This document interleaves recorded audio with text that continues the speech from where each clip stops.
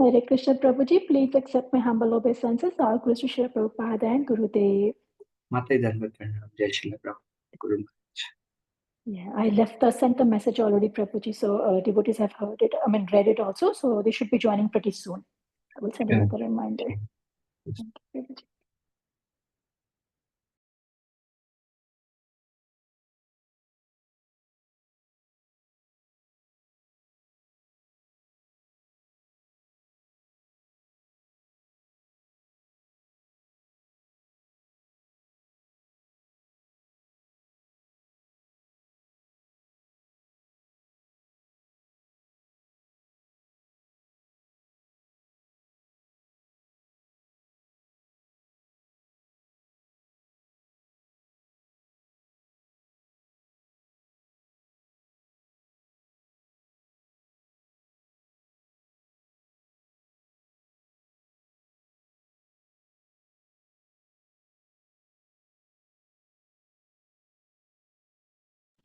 हरे कृष्ण प्रभु जी, दंडवत प्रणाम। प्रभु दंडवत प्रणाम। हरे कृष्ण।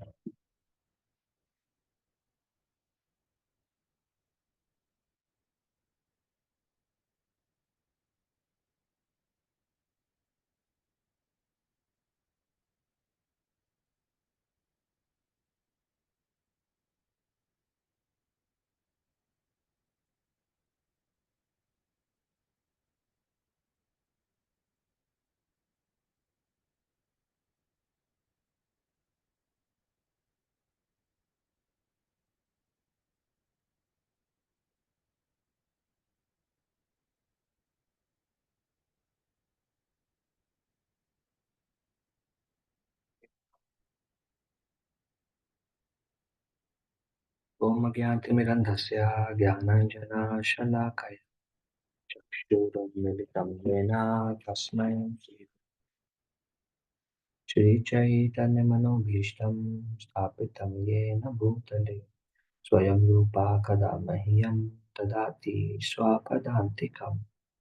वन्देऽहं श्रीगुरो श्रीयुतापदकमलं श्रीगुरो वैष्णवांश्च श्रीरूपं साग्रजाता सहगणा रघुनाथान्वितं तं सजीवं साद्वैतं सावधूतं परिजनसहितं कृष्णचैतन्यदेवं श्रीराधा कृष्णपादा सहगणा ललिता श्रीविशाखान्वितांश्च हे कृष्ण करुणा सिन्धु दीनबन्धो जगत्पते गोपेश गोपिका कान्ता नमोस्तुते।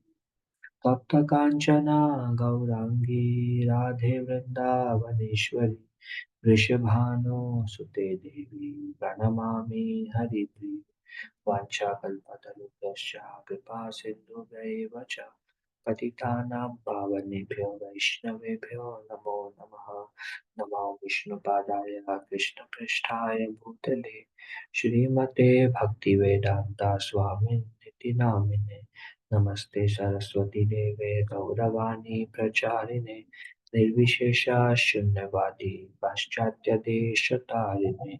जय श्री कृष्ण चैतन्य नित्यानंद श्री अद्वैता गदाधर श्रीवासादि गौर भक्तवृंदा।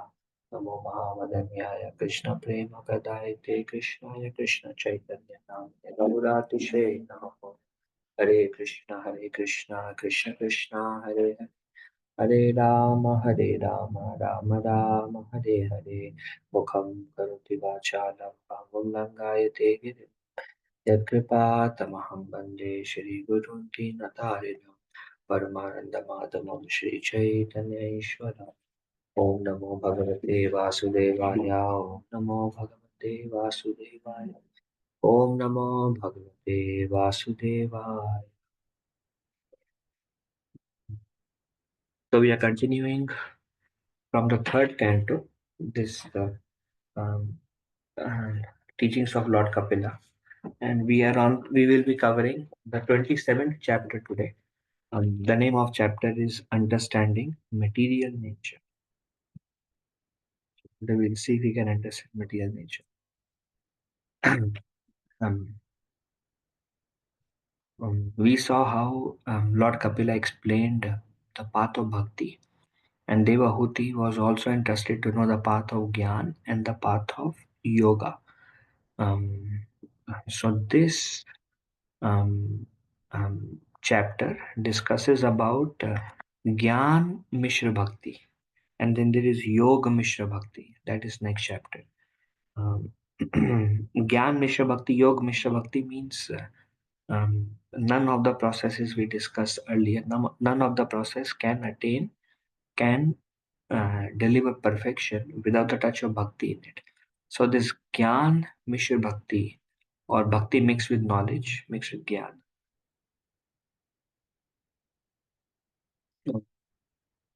There is a majority of Gyan and little bit of bhakti. And that little bit of bhakti gives perfection in this process. So it begins with Lord Kapila explains that how the jiva is eternal, and the jiva is always pure. The soul is always pure. Soul can have a covering of subtle body, but soul itself, although the soul is covered by the subtle body, the soul itself is always eternally pure. And although the living entity may be entangled in this world, the soul is never touched. The soul is always transcendental.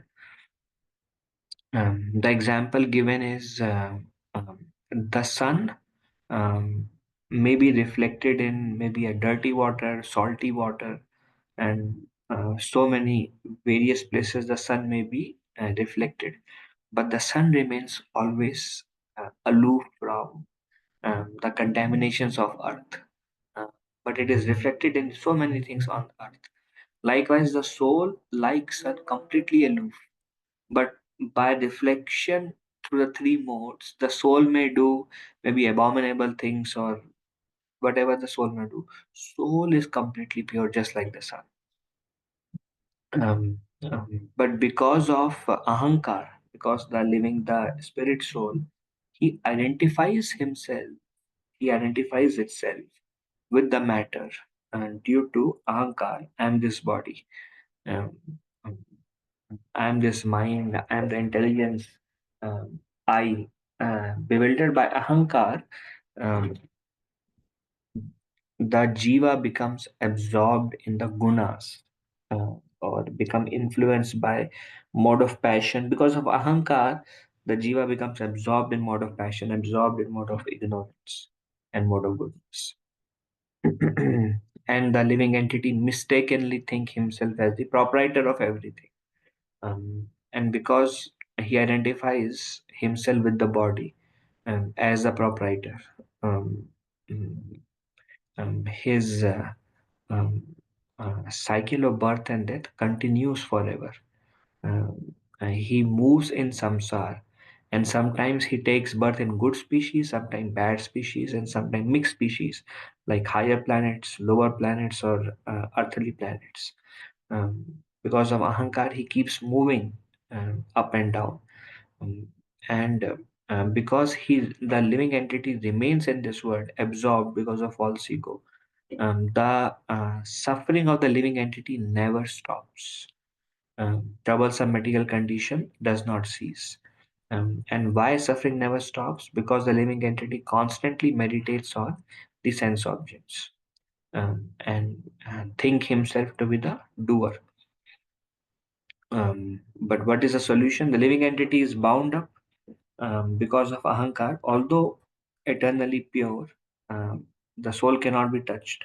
But because of ahankar, with the subtle element, the living entity becomes absorbed in bodily conception and then controlled by the three modes, and continuously moves in the samsara.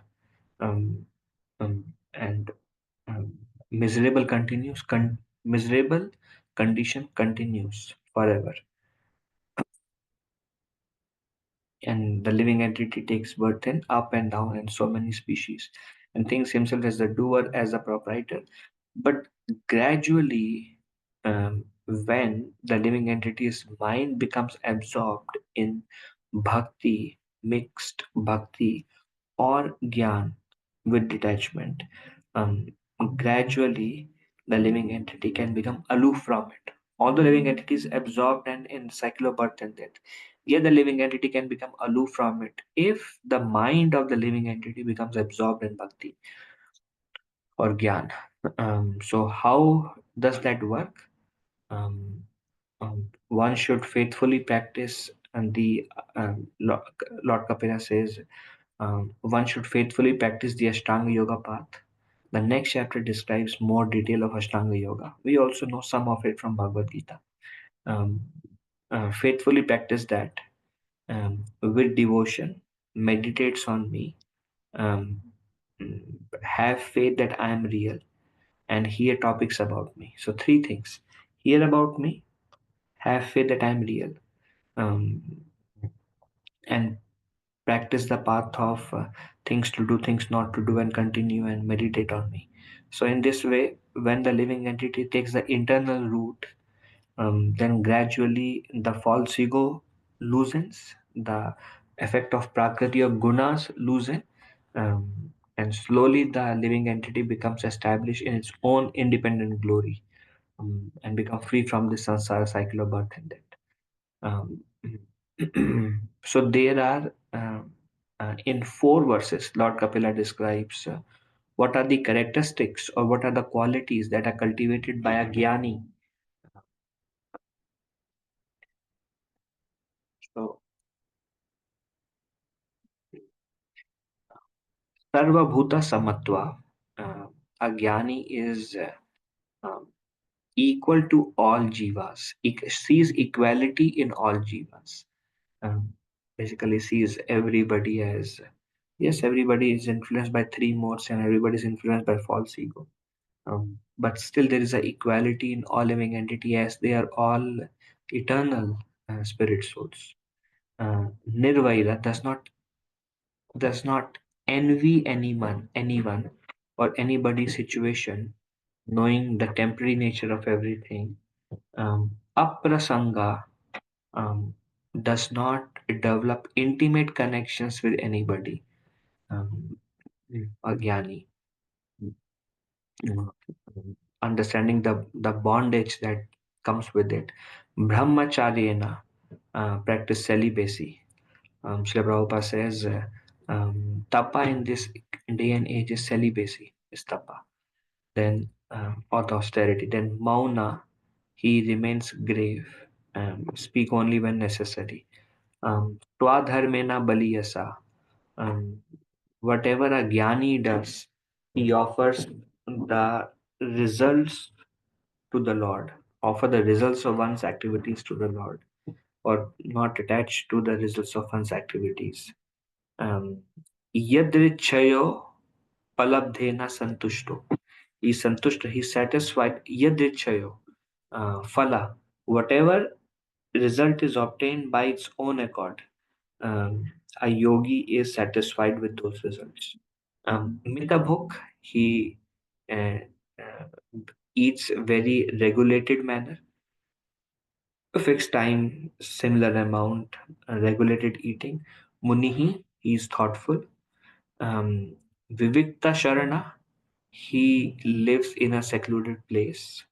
Shanto, he remains peaceful. Maitra, he remains friendly to all living entity. Karuna, he shows mercy or is compassionate to everyone. Atmavan, he is determined about his practices. Um, then he does not identify himself with the body or is not attracted to bodily relationships. Um, he transcends the three stages of material consciousness. Um, Three stages of material consciousness is um, awake, dream, and deep sleep. So he transcends all these three and becomes transcendental basically. Awake is goodness, dream is passion, and deep sleep is ignorance. So goes beyond the three stage of material consciousness. Um, he sees the reality, which is the eternal spiritual reality, um, and he can distinguish between spirit and matter. We were, I think, yesterday or day for yesterday, we were discussing about Srila Prabhupada describing wisdom. Prabhupada says, what is wisdom? Wisdom means to distinguish between spirit and matter.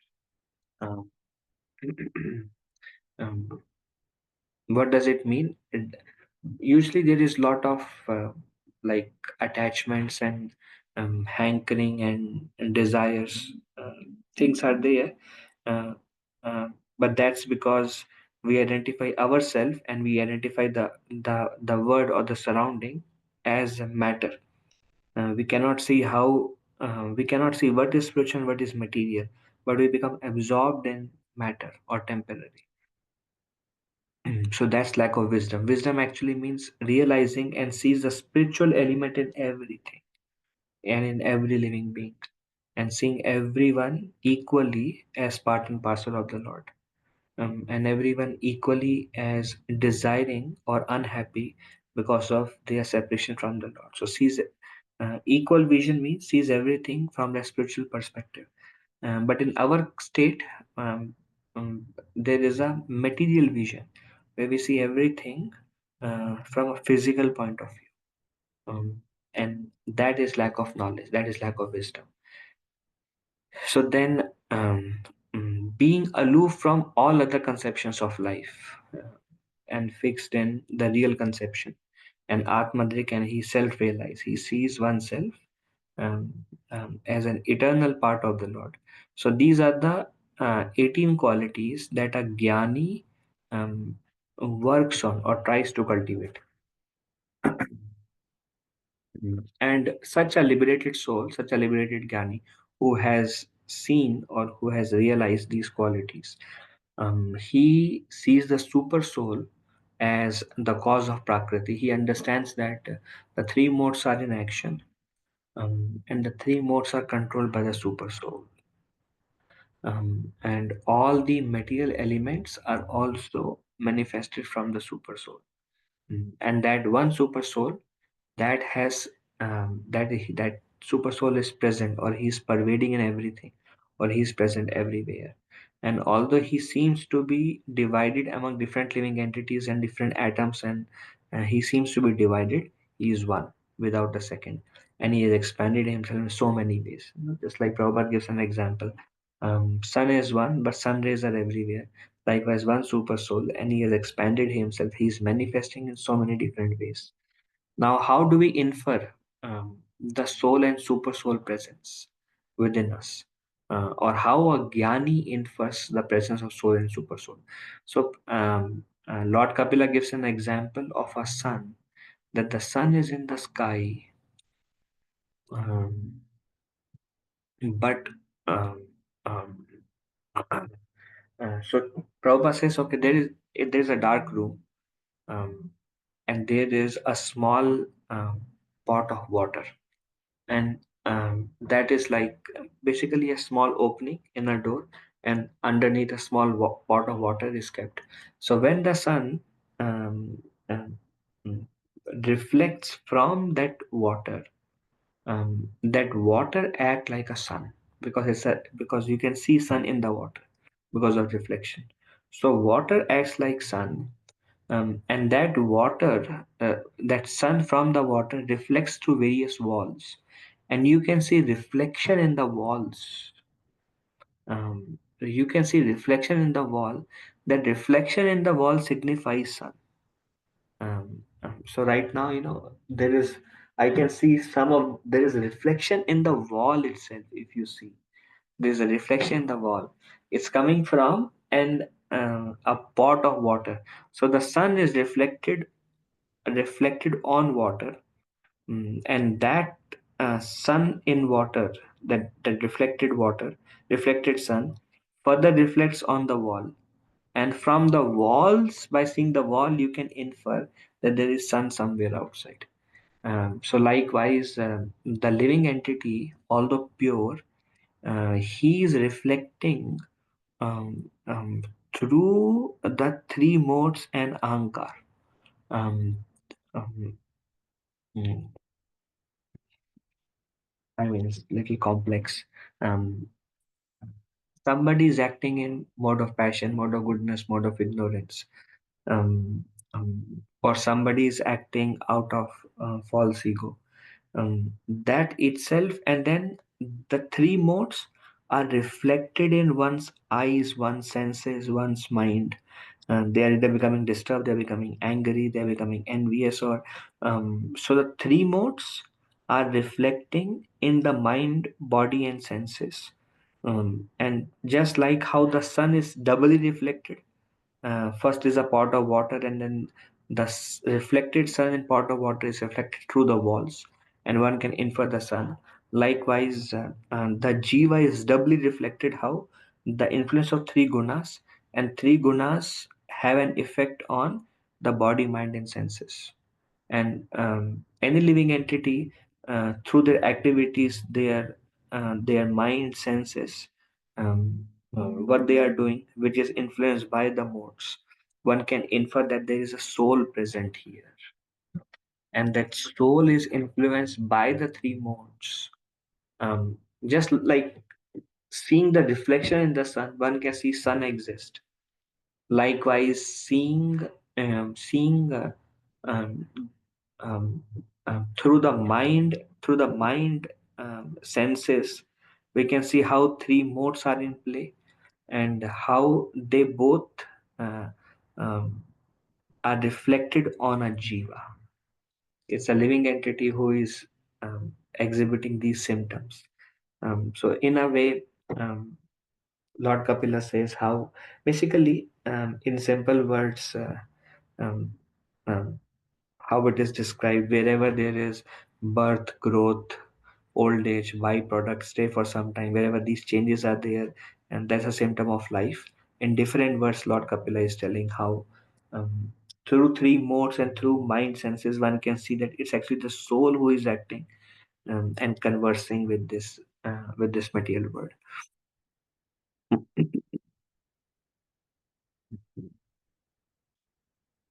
And the Lord, and like how pure devotees, it is said that the pure devotee sees that the Lord Krishna is sitting in the heart of all living entity, and pure devotee sees how Krishna is there in every atom also, and pure devotee sees how um, um, everything is also acting by the will of the Lord, and the Lord is one who is, like, based on the karma of the living entity getting good or bad, the Lord is sanctioning everything, and how the Lord is the key principle behind everything.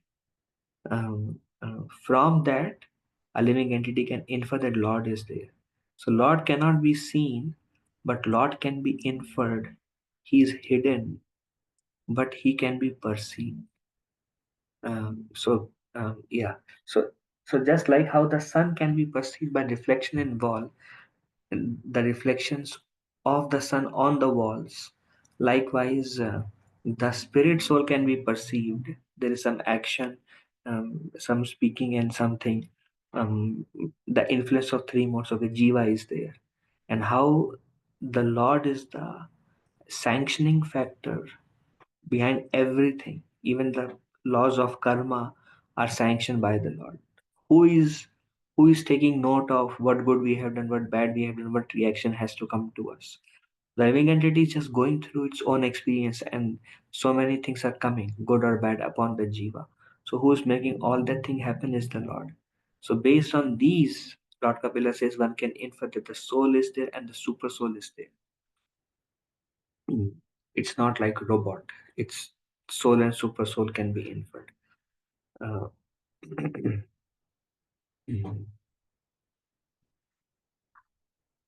the soul, although the soul is eternally free from false ego, but becomes the false ego is just a covering. False ego never touches the soul.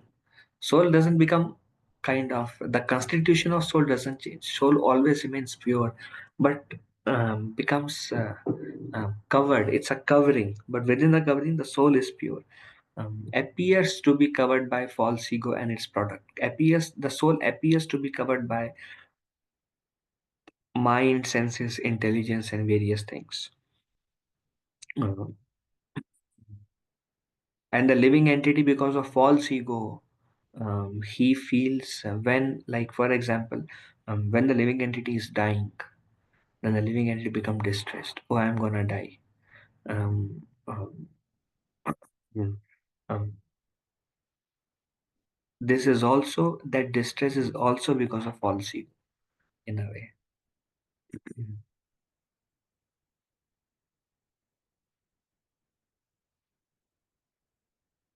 Mm.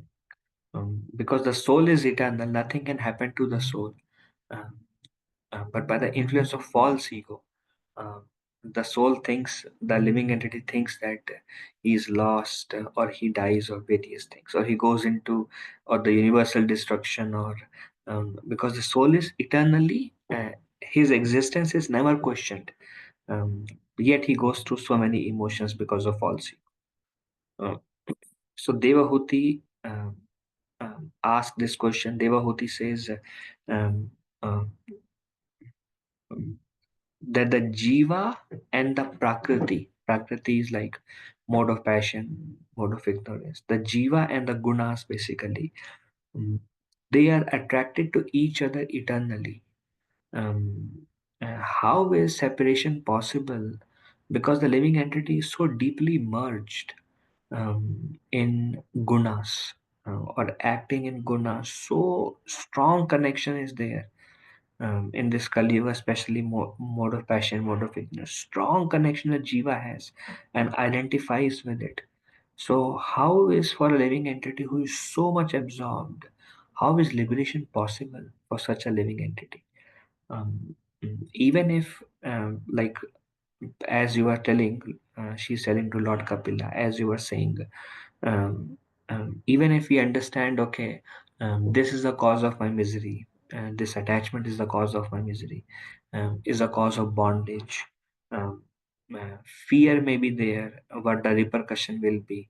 um, those things may be there, but still, um, but still the living entity gets caught up, or the living entity becomes again absorbed in those three gunas. Although living entity understands the repercussions, still he becomes caught up. The living entity has fear also, has understanding also. Still, the connection between the prakriti or the gunas in the living entity is so strong. With the knowledge also, this is Gyan Yoga, na? He understands. With the knowledge also, the living entity can still become absorbed and engage in those activities influenced by mode of passion and ignorance. So, how for a living entity who is so deeply absorbed, how is liberation possible for them? So then Lord Kapila says, through Tivra Bhakti, Tivraya Bhakteya Chiram. Chiram means for a long time.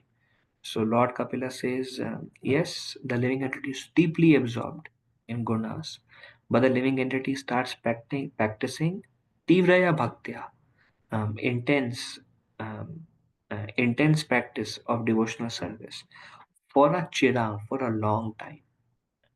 When he practiced for a long time, um, where he, as he's practicing, the living entity continues to nourish himself by hearing about me. Um, he um, he performs his swadharma, his prescribed duty. The living entity performs his duty. Mm. Along with that, keeps hearing about me and get nourished. Um, mm, and does engages in karma, uh, uh, engages in karma, um, knowing that the goal is me, and without attachment to the results, engages in karma as one is this, as one is obliged to, without attachment to results, making me the goal, hearing about me, um, practicing, living in this world with knowledge and with vairagya, living in this world with detachment. So in this way, with austerities, tapa yuktena. So in this way, being absorbed in me. In this way, when a living entity practice for a long time, intense devotional service, by hearing about me, remembering me, um, at the same time doing one's duty without attachment to results, mm, long time, then um, uh, Um, by thus practicing like this seriously, the influence of Prakriti over Jiva can be removed. Slowly, slowly, influence of Prakriti will go. Like how Srila Prabhupada would say, by long practice of devotional service, Maya will lose her grip on us. But initially, the grip of Maya is very strong and tight. Slowly, slowly, by the process of devotional service, slowly, slowly, the grip may be loosened. The example given is a wooden stick. A wooden stick can cause fire. Like if you see two wooden sticks and you rub the two wooden sticks, it may cause fire. That's how the forest fire is there. Forest fire is by friction. Um, between two sticks, friction can appear and cause fire. But the same fire may consume the wooden sticks. Same fire may consume the wooden sticks. So likewise, the living entity may be overcome by Prakriti. But in that situation, if the living entity, although being completely controlled by three gunas, still with with his own intelligence, whatever little, seriously practice devotional service, and gradually, the devotional service initially may be influenced by Prakriti also. We know that bhakti is also in mode of ignorance, mode of passion, mode of goodness.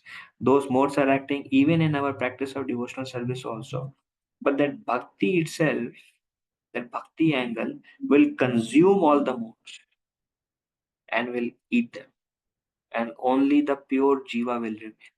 So basically, the idea is we all may be in our own phases of life, but if we practice devotion, whichever situation we may be in, um, that bhakti touch will consume, um, will devour the gunas, and the jiva can become, in this way, the jiva can become free. So, very nice question, Devahuti. Like, how is liberation possible when the living entity is so much caught up with desires and hankerings? How is liberation possible? With the gunas connections too deep? Then the answer is seriously practice devotional service, and that will devour the gunas gradually.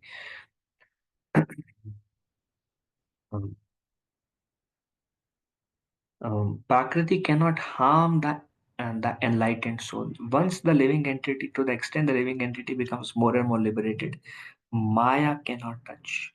The gunas cannot harm the enlightened soul.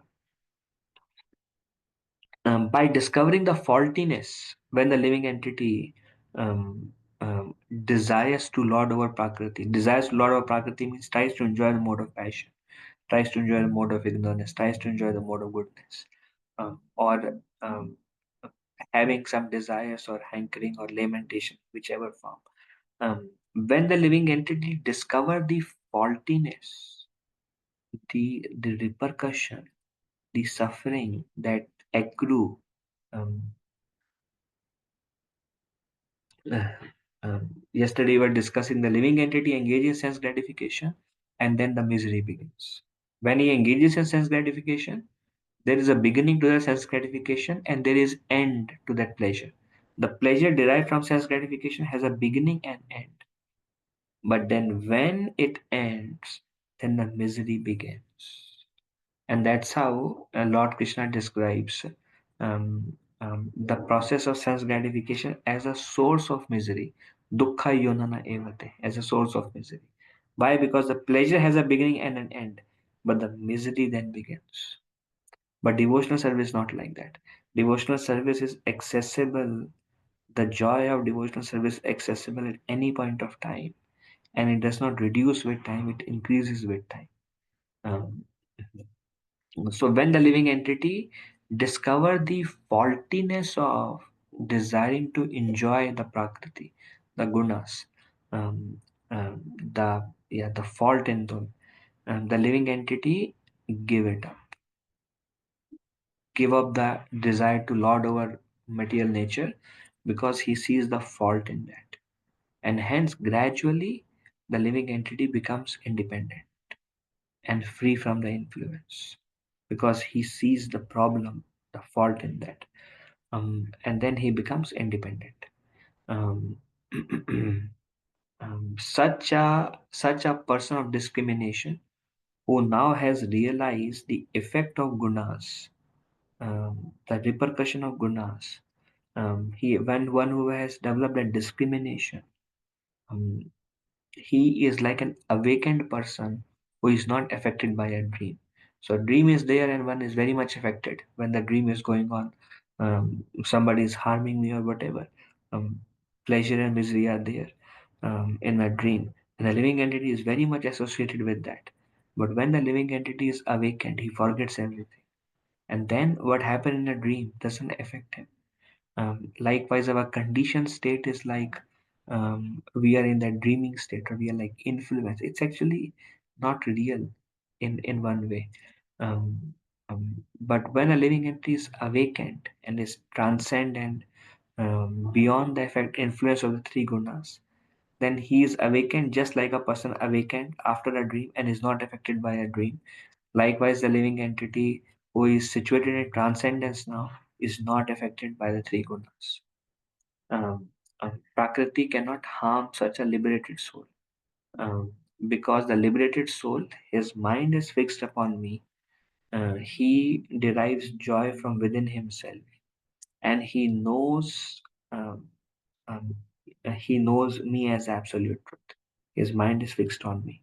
He enjoys this within himself because he's situated in a transcendental platform.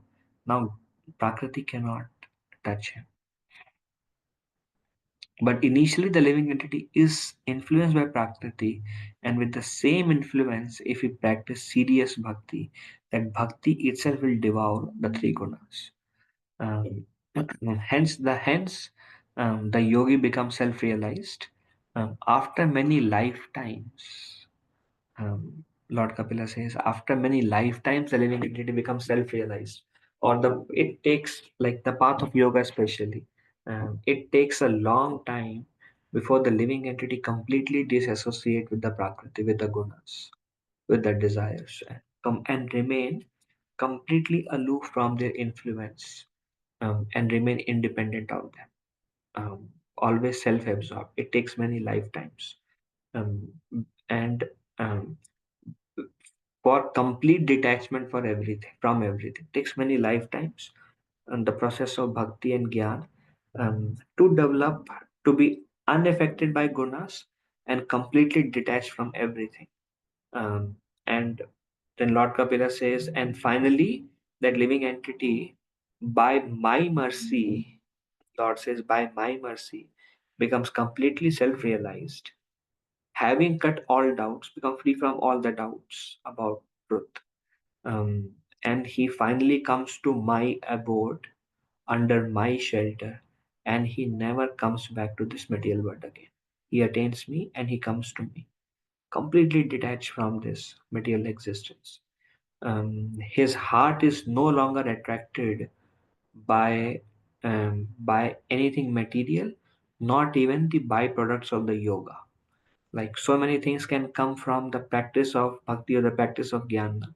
So many mysticism may come out, but the living entity stands in its own glory, completely absorbed, and may get so many benefit or so many like um, um, maybe powers, mystical powers, may get so many, but he's not affected by whatever he gets as a result of, as a byproduct of one's yoga, because he's completely consumed in me by my mercy, absorbed in me, and completely detached from anything in this world.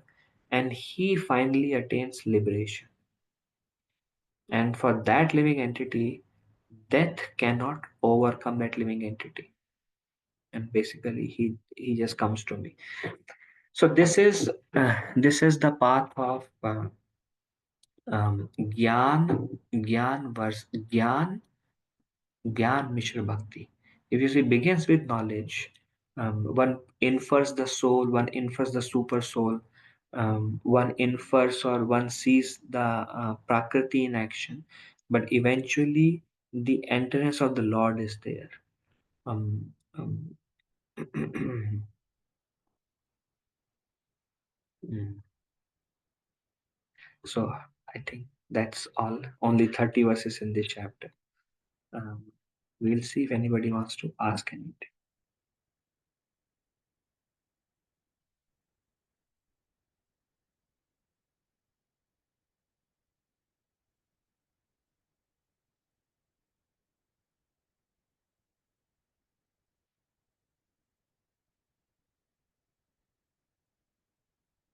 Can we end here?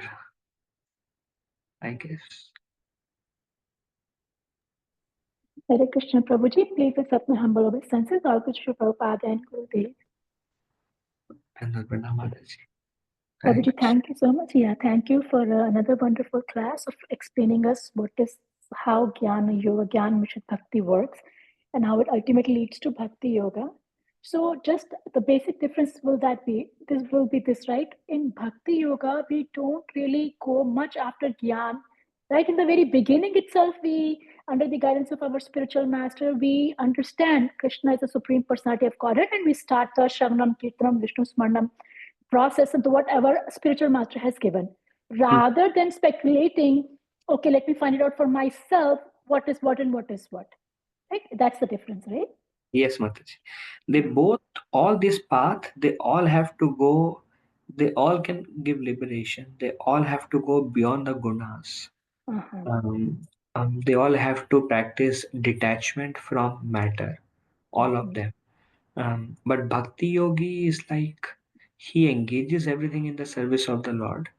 And Gyan Yogi um, um, and like Ashtanga Yogi, they completely detach themselves and they work on themselves through knowledge Got or it, through Prabhuji. meditation. Yes. Here we are already dependent, right from the very beginning, only dependent on the Lord, right? Krishna, we don't know anything. We are useless. Please accept us and we are starting. That's it. You do. And then, of course, keep continuing, progressing, like you said, keep working on it. But dependence on the Lord rather than our own self. Yes. Thank you, Prabhuji. Also Hare, yes, Padma Mataji, bataiye. Hare Krishna Prabhuji, Dhanavad Pranam Prabhuji. Sorry. Prabhuji, what is a bhakti in mode of passion and ignorance and goodness, Prabhuji? You said bhakti in three modes, Prabhuji. I mean, bhakti mode of passion is I want to chant. I am chanting with devotees, and my chanting is the best.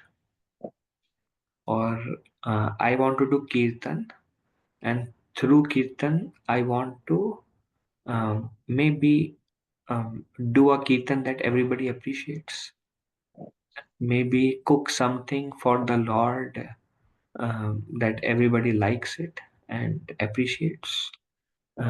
There is something like somewhere I am in the center, but it is the anga of bhakti, but still I keep myself in the center and want to derive pleasure from the anga of bhakti and not doing bhakti for the pleasure of Krishna alone, but for the pleasure of Krishna and pleasure of myself. And that becomes bhakti, which is mixed with passion.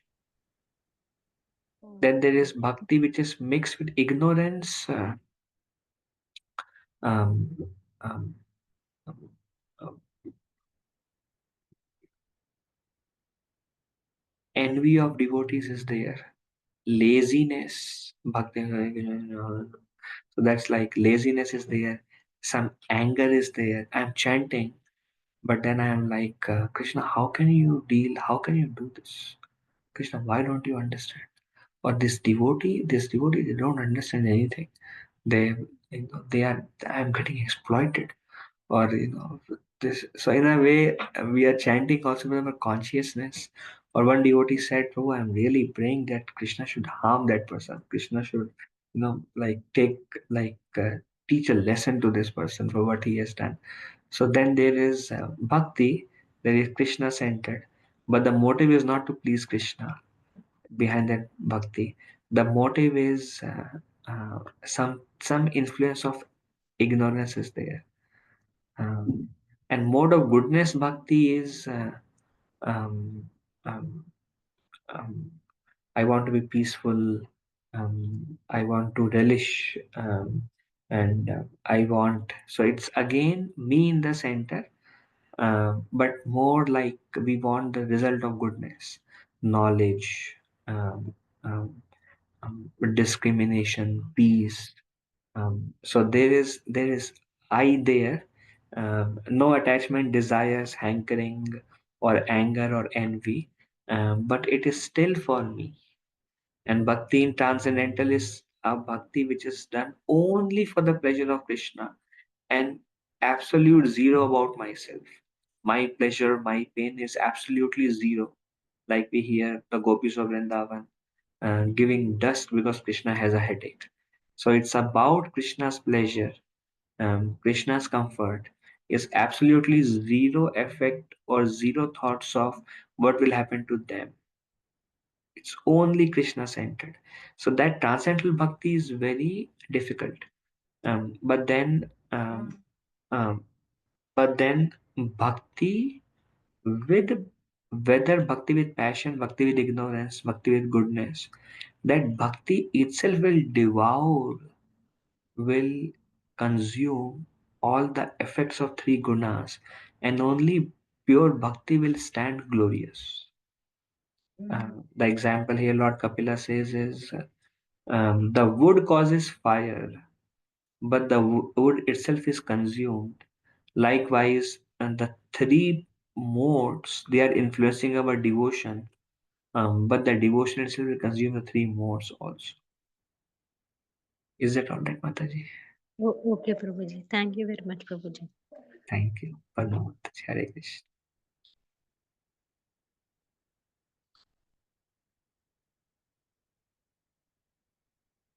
Okay. Another thing I was mentioning to Nandini Sundari Mataji's discussion, the understanding of God is also different in these paths. These gyanis, they actually desire to attain impersonal aspect of the Lord. The yogis, they try to attain the super soul feature of the Lord, but devoted directly. And the bhakti yoga path is like um, it is, first of all, it is the purest, most effective in a way in one lifetime and very fast. One can come out of the influence of the gunas. And the realization is most perfect, Bhagwan realization. Um, and balanced. Bhakti Yoga path is balanced in a way we can be in our own situations, in our own jobs, in our own living situation, and we can just keep adding Krishna there directly. But the path of Gyan and Yoga requires many restrictions. Like today, we saw there is um, um, no relationships, brahmacharya. So there are things which are like many times impractical in this day and age. But the other path is like little bit um, kind of like Prabhupada says, impractical for this. But the bhakti path is very balanced, yet the most powerful and directly the most perfect realization.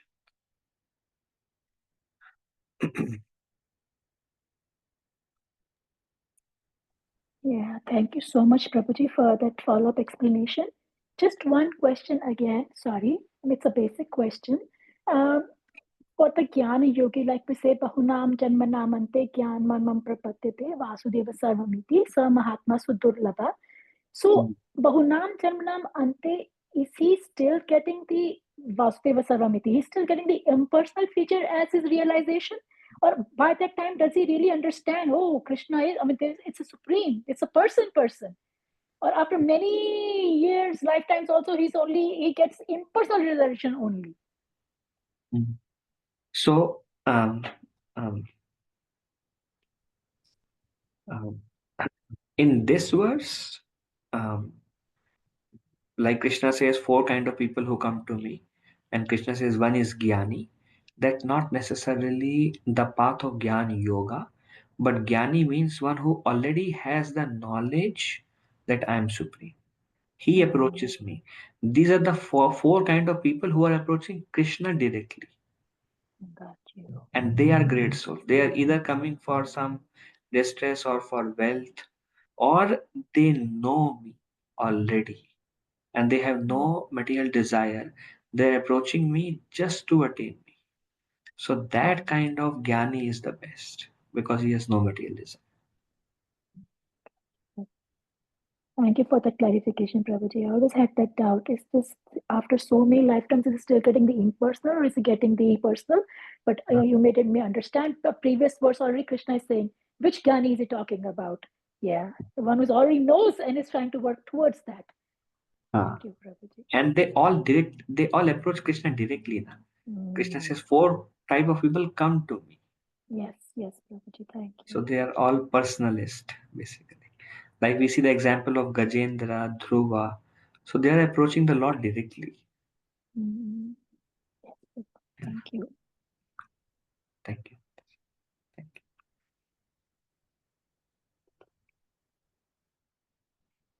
All right. Thank you all for joining. If I spoke anything wrong, please forgive me as your undeserving servant. Vanchakalpatarubhesha kripa sindhubhe evacha patitanam pavanebhyo vaishnavebhyo namo namaha ananta koti vaishnava. Dandavat pranam. Hare Krishna. Thank you very much, Prabhuji. Hare Hare Prabhuji. Thank you Krishna. so Hare much, Krishna, Prabhuji. Dandavat Hare pranam. Krishna. Thank you. Dandavat pranam. Thank you, Prabhuji. Hare Krishna. Thank you very much. Hare Krishna, Prabhuji. Dandavat pranam. Thank you. Hare Krishna.